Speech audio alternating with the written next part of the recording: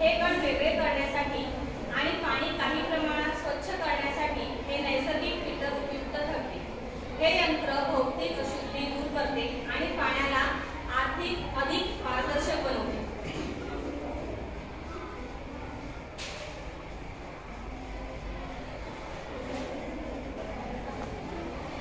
वाळू, कोळसा आणि दगड